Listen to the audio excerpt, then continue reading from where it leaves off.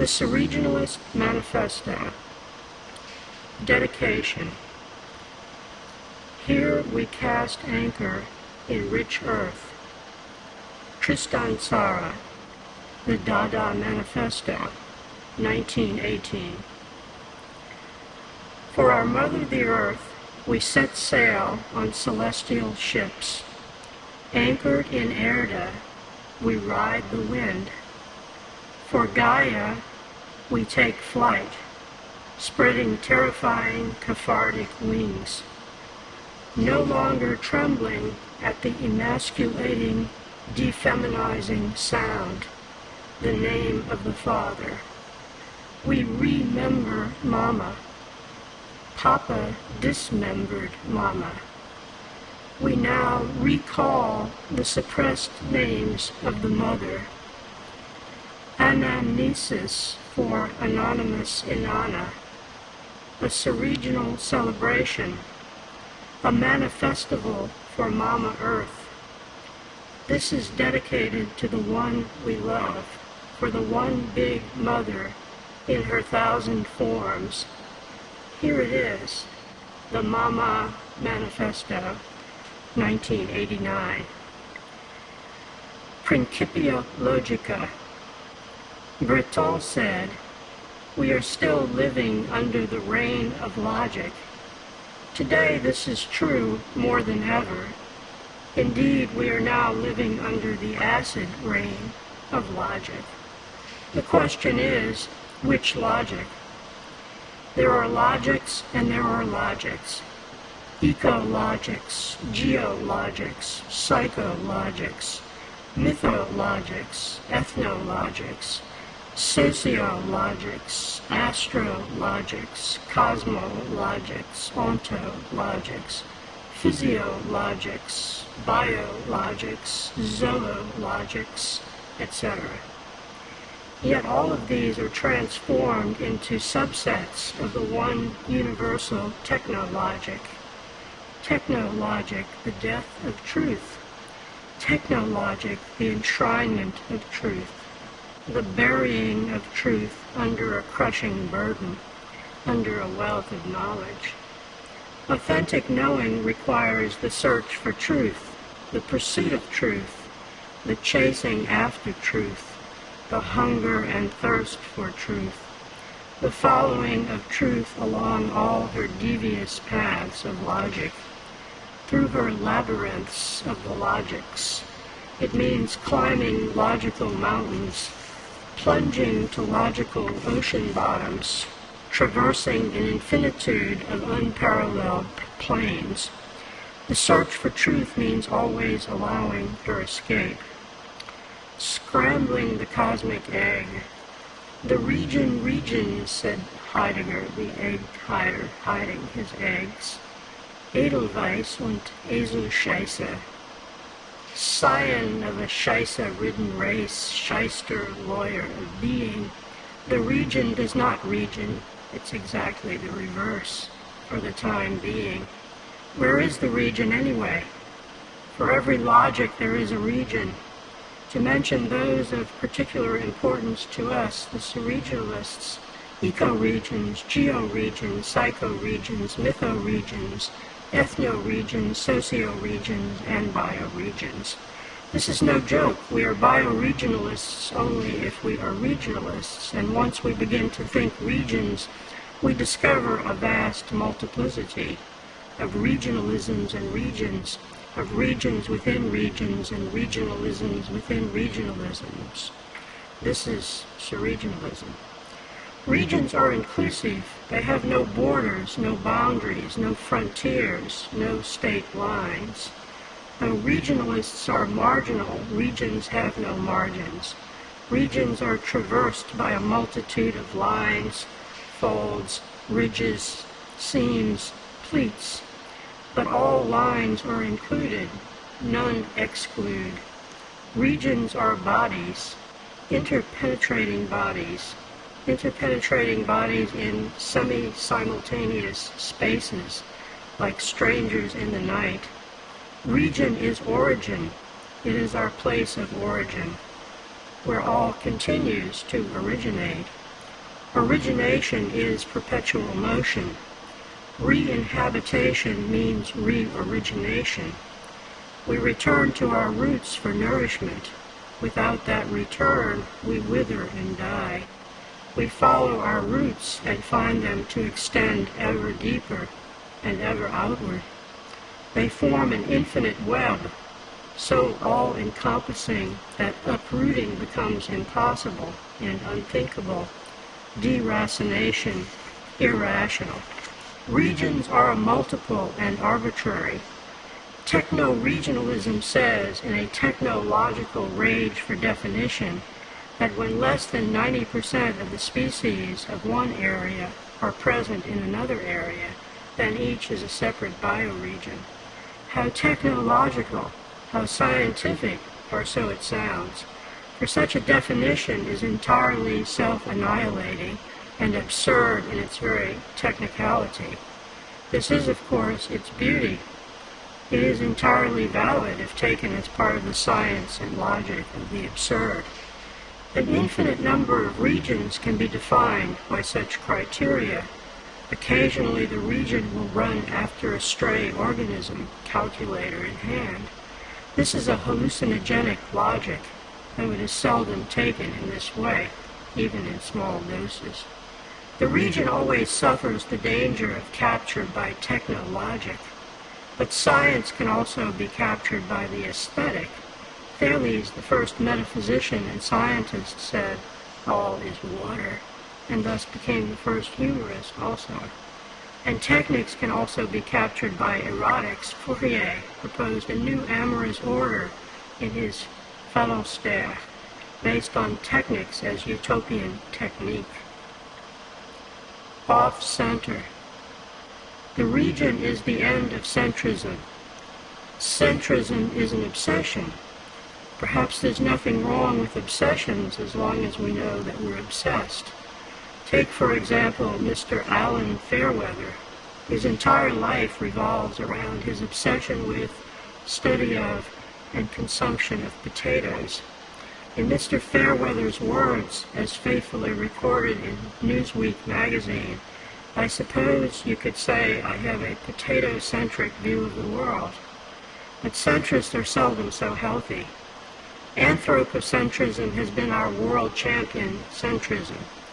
It's come close to KOing the earth, a TKO, a technical knockout, but it's long been on the ropes. Astrologic knocked Anthropos off cosmic center. Biologic knocked him off planetary center. Psychologic even knocked him off ego center. And technologic itself melts him into air. We hardly need any post-structuralist post-logic to decenter the vapor that remains. But do we need a new centrism to replace the moribund one? Some suggest biocentrism. This one will surely win if beetles and algae are given the vote. In a biocentric world, the undisputed center of North America is somewhere in the Atchafalaya Basin, probably in Gross Tet. They gone got a big head down there, yeah. A magnificent idea and absolutely true, but for an entirely different reason. Biocentrism is the ecological variant of capitalist rationality.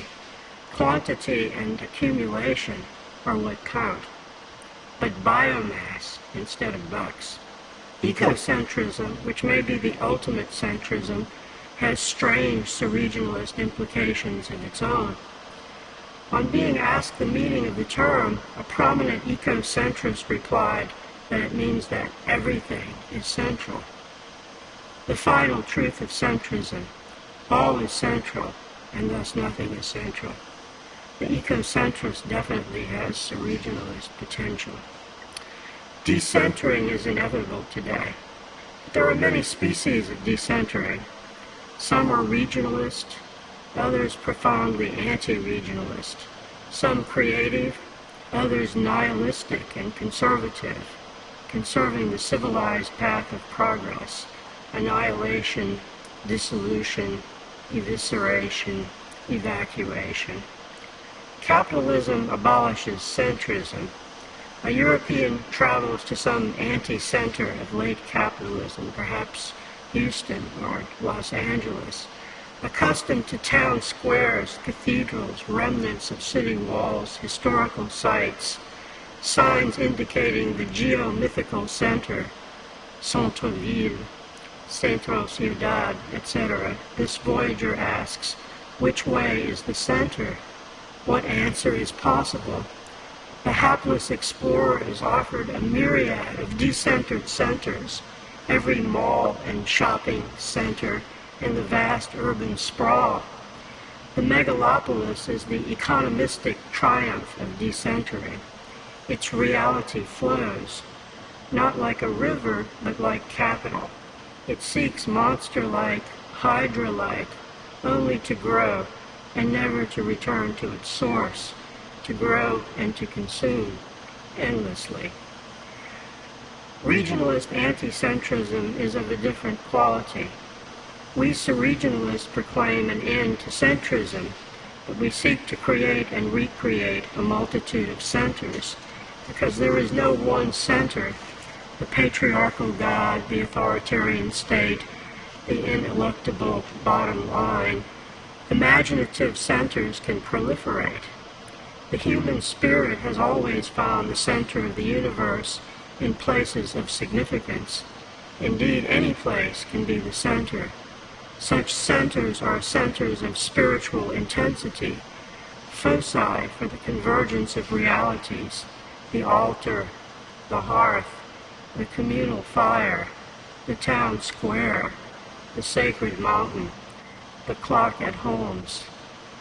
Only someone really desperate or perhaps inordinately hurried would suggest as the center of the universe La Gare de Perpignan. Or was there a hidden anti-subversive grand central station in the Dalian mind? Beyond civilization. For the region there is no state lines. The state is a parasitical growth on the region, something exterior, hostile, threatening. It has no life of its own, but drains vitality from the living community. It has been rightly called the cold monster that steals even our words and claims to speak for us. The state is inherently genocidal. It murders all that it cannot assimilate. What is left after this pyrrhic and vampiric act is only a state apparatus, the state's machine.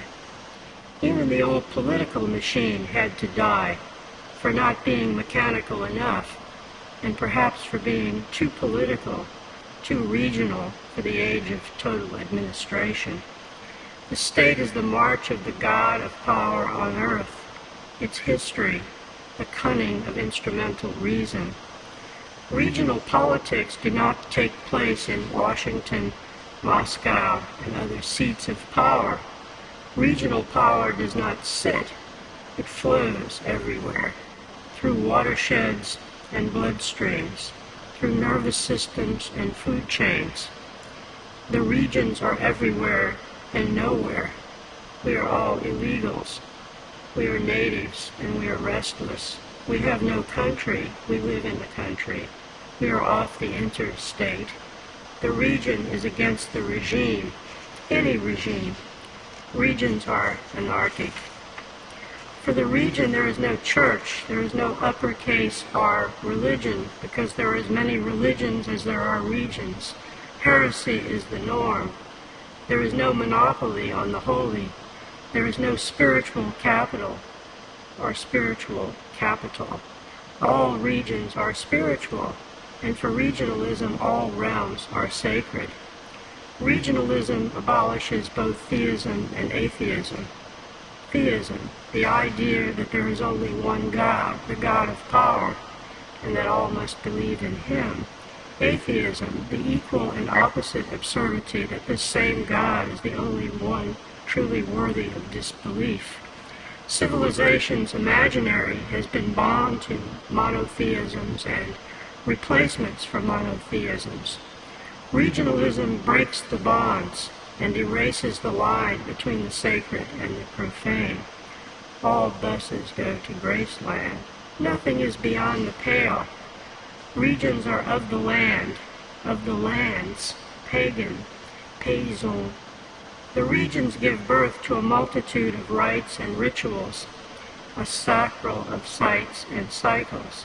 The spirit of the region is inspired, enlightened, by feu follet, will-o'-the-wisp, by inner lights and outer. The spirit of the region is the movement of the free spirit.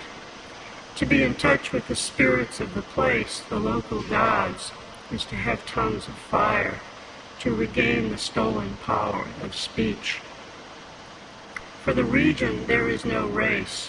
Miscegenation is the rule. The 10,000 races were born from the 10,000 places, and they have multiplied to 10,000 times 10,000. Those of us raised in a racial caste system were taught as children how to treat people of the opposite race. But now the die is cast. The castes have died. Now we know there are no opposite sexes, much less opposite races. Nature just passes and repasses.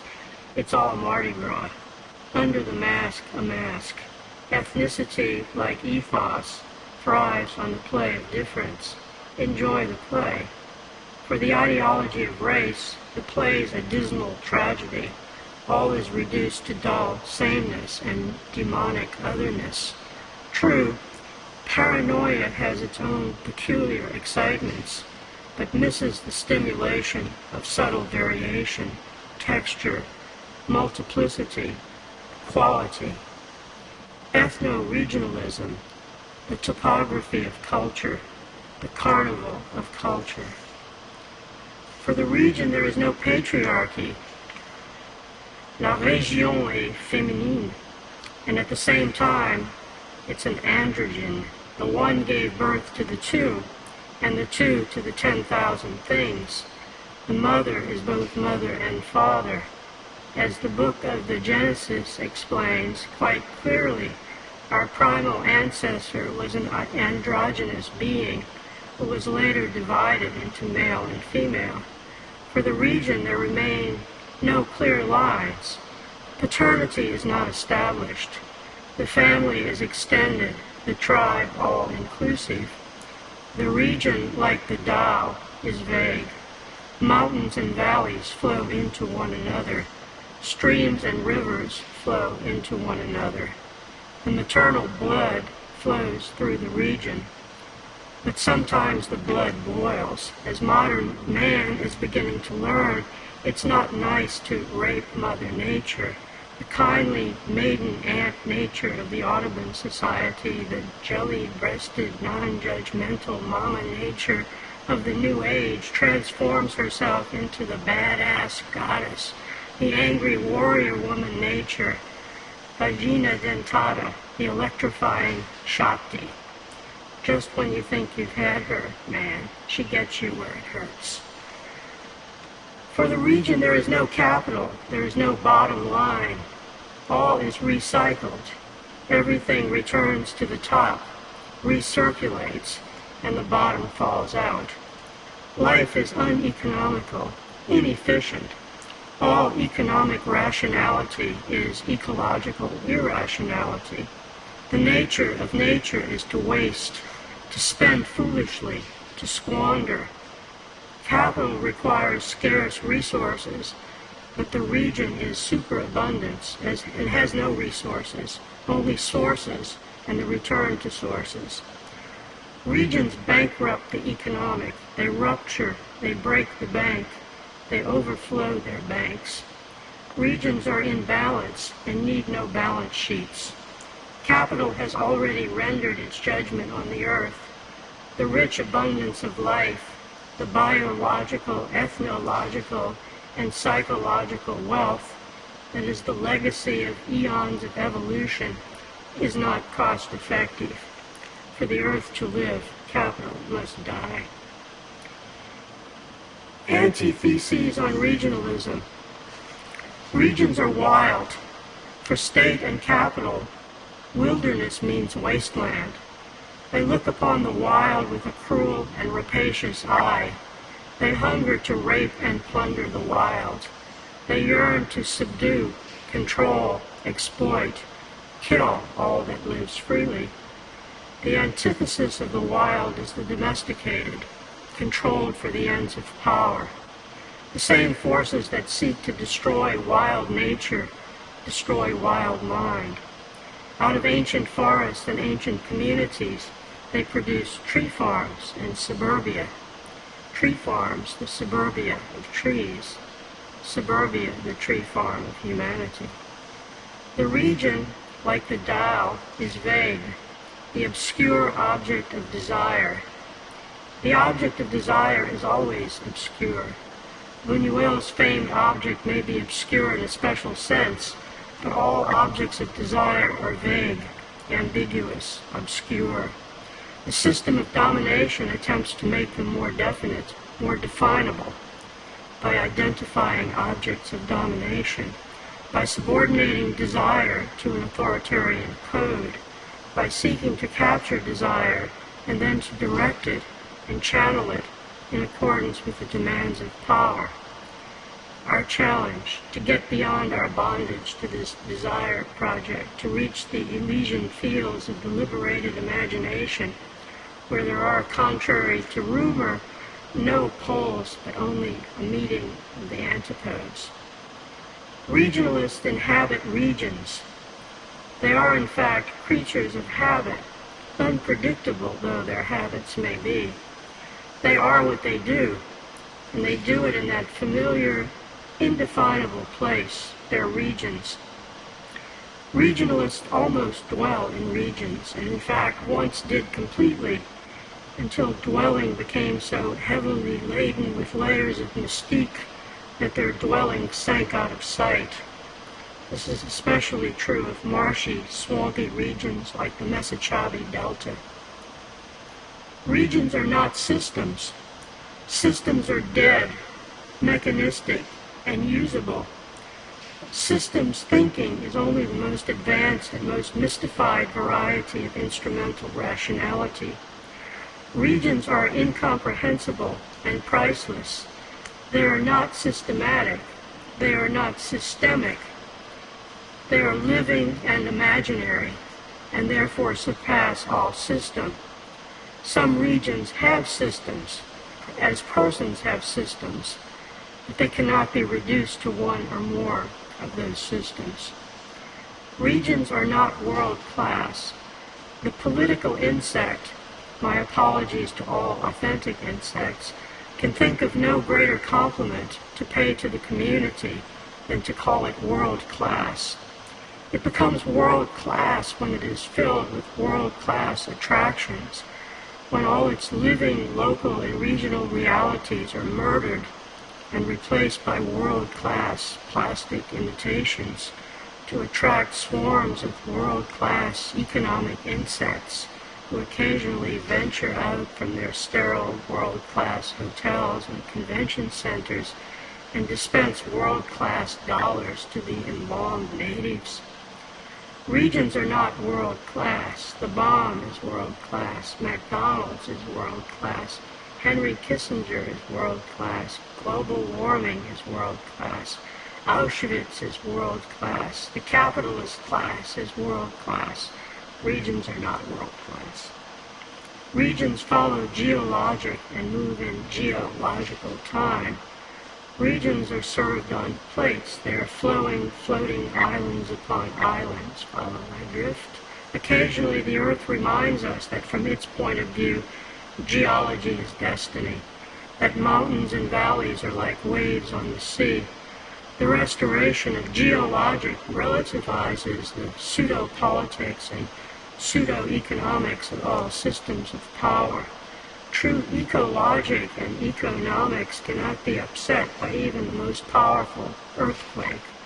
But the myth that nature can be dominated lives on. Still, the Army Corps of Engineers battles to control the course of the Mississippi. But in a few years, the great river will have its way with a vengeance. Still, the power companies build their nuclear plants along the river. They forget that a century ago the earth shook violently. The Mesochabi flowed north, and a small Mesochabian Atlantis lies beneath the waters. The wasteland. What hath civilization wrought? Vespucci land has already made the mighty Mesochabi its sewer, capitalist sewer regionalism, and has sent us its garbage barges, and now it sends its waste to the Delta in trains. Postmodern politics becomes auto-critique. Never before has there been a political cause célèbre like the poo-poo choo-choo sent to incense our good Mesochabian citizens. Indeed, we Mesochabians would like to cast some aspersions on our benefactors, doers of their noble duty, who seek to transform our Mesochabi Delta, the ravine of the world, into a veritable Sierra Maestra. Outside the region, all is excrement, all is waste, all is garbage. Capital and state are outside the cycles, outside the self-renewing whole. Their logic is accumulation, the eternal non-return, the non-returnable bottleneck of being. They have accumulated much, and alas, it's all poo-poo. Where is reality today, when the corporate polluters spew poison into rivers and streams? Direct actionists seal the pipes. The reality police are called out. The poisoners are protected. The protectors imprisoned. This is not poison. This is not a pipe. When reality is the wasteland, we must just say no to reality. Surreality is elsewhere. Is there a pataphysician in the house? Regionalists are pataphysicians. Jarry, the founder of the sublime science of pataphysics, made an inestimable contribution to regionalist thinking in his invention, discovery of pataphysics. Pataphysics, he says, will be above all the science of the particular, even though it is said that the only science is that of the general. It will study the laws governing exceptions and will explain the universe supplementary to this one, or less ambitiously, will describe a universe which can be seen and which perhaps should be seen in the place of the traditional one. The laws which it is believed have been discovered in the traditional universe being also correlations of exceptions, albeit more frequent ones, or in any case of accidental phenomena, which, since they are at bottom only unexceptional exceptions, do not even possess the attraction of singularity. Pataphysics helps us recollect the oft-forgotten truth that the universe is itself the great exception to the everyday, ordinary course of non-being. Regions are, of course, entirely exceptional, exceptions even to themselves. Regionalists are exceptional people and should therefore, like regions, be treated entirely differently. Heraclitus discovered 2,500 years ago that reality is always what it is not, and that it is always strange. As he put it, if one does not expect the unexpected, one will not find it out, since it is not to be searched out and difficult to compass. Fragment 18. Regions are where the unexpected always takes place. However mightily one struggles not to think some troubling thought, it is impossible to keep it out of consciousness, out of one's psycho-region. Thoughts such as, the Marquise was out for the Count, or he rode off into the sunset on his pet pony, Trotsky. Green politics, militants versus mirlitons. We need a green politics that is the politics of the regions, and thus a politics of the imagination. The old politics is dead. The politics of the state, of bureaucracy, of economism, of technocracy. It is overwhelmingly powerful, but it is dead. Burying it is another matter.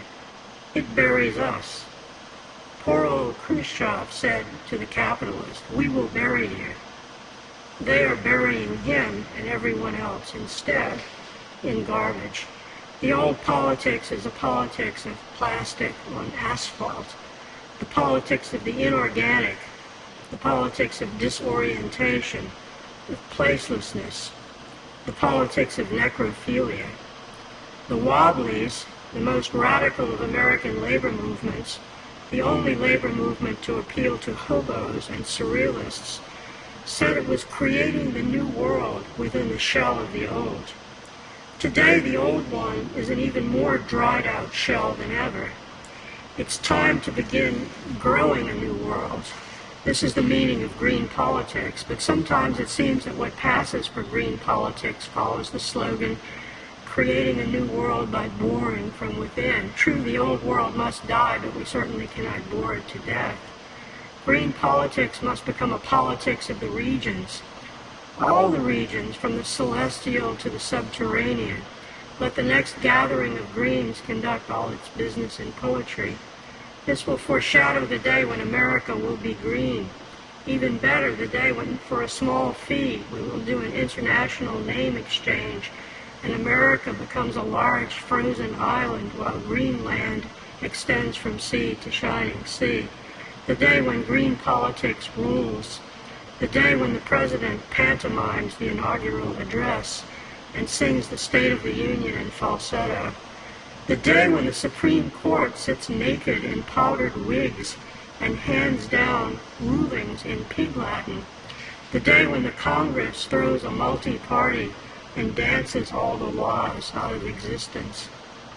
Our symbol, one of the 1,000 symbols of our polysymbolica, is the sacred Merliton, the Chayote, Chayotli, Setium Idule, the Merliton, regional pronunciation Meliton, in the subtropics, the regionalist plant par excellence, spreading everywhere, covering all, trespassing all boundaries, respecting no lines of property, greening promiscuously, abundantly, indiscriminately, equally green on either side of the fence, offering its fruit to all in limitless profusion.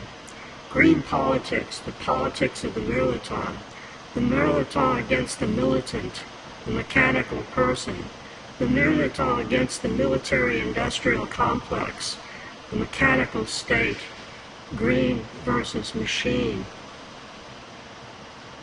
It is no accident that the word Merliton also refers to that most populistic and anarchic of all musical instruments, the kazoo.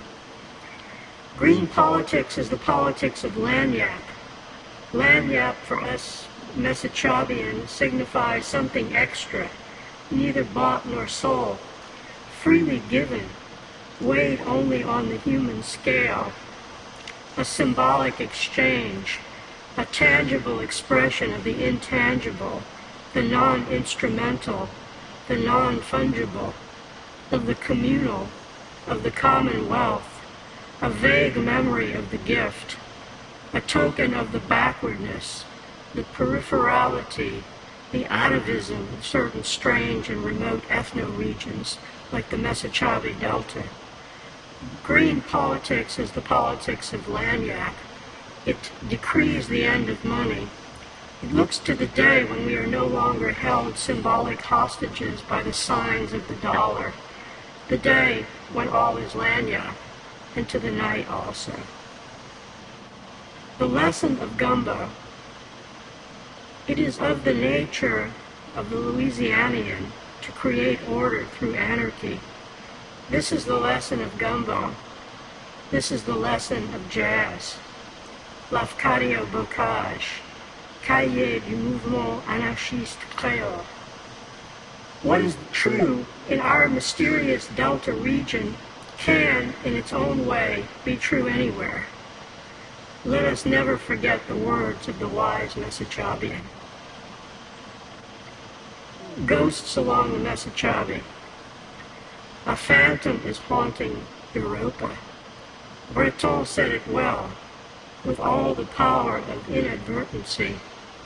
The earth, draped in its verdant cloak, makes as little impression upon me as a ghost. What Breton consciously missed, but unconsciously betrayed, was the greatness of this impression. For what makes more impression on us than does a ghost, and is so resolutely evaded, except in our dreams? We are like ghosts, ghosts along the Messachabi, haunted by the earth. When we are nowhere, existence is elsewhere. The region is the elsewhere of civilization.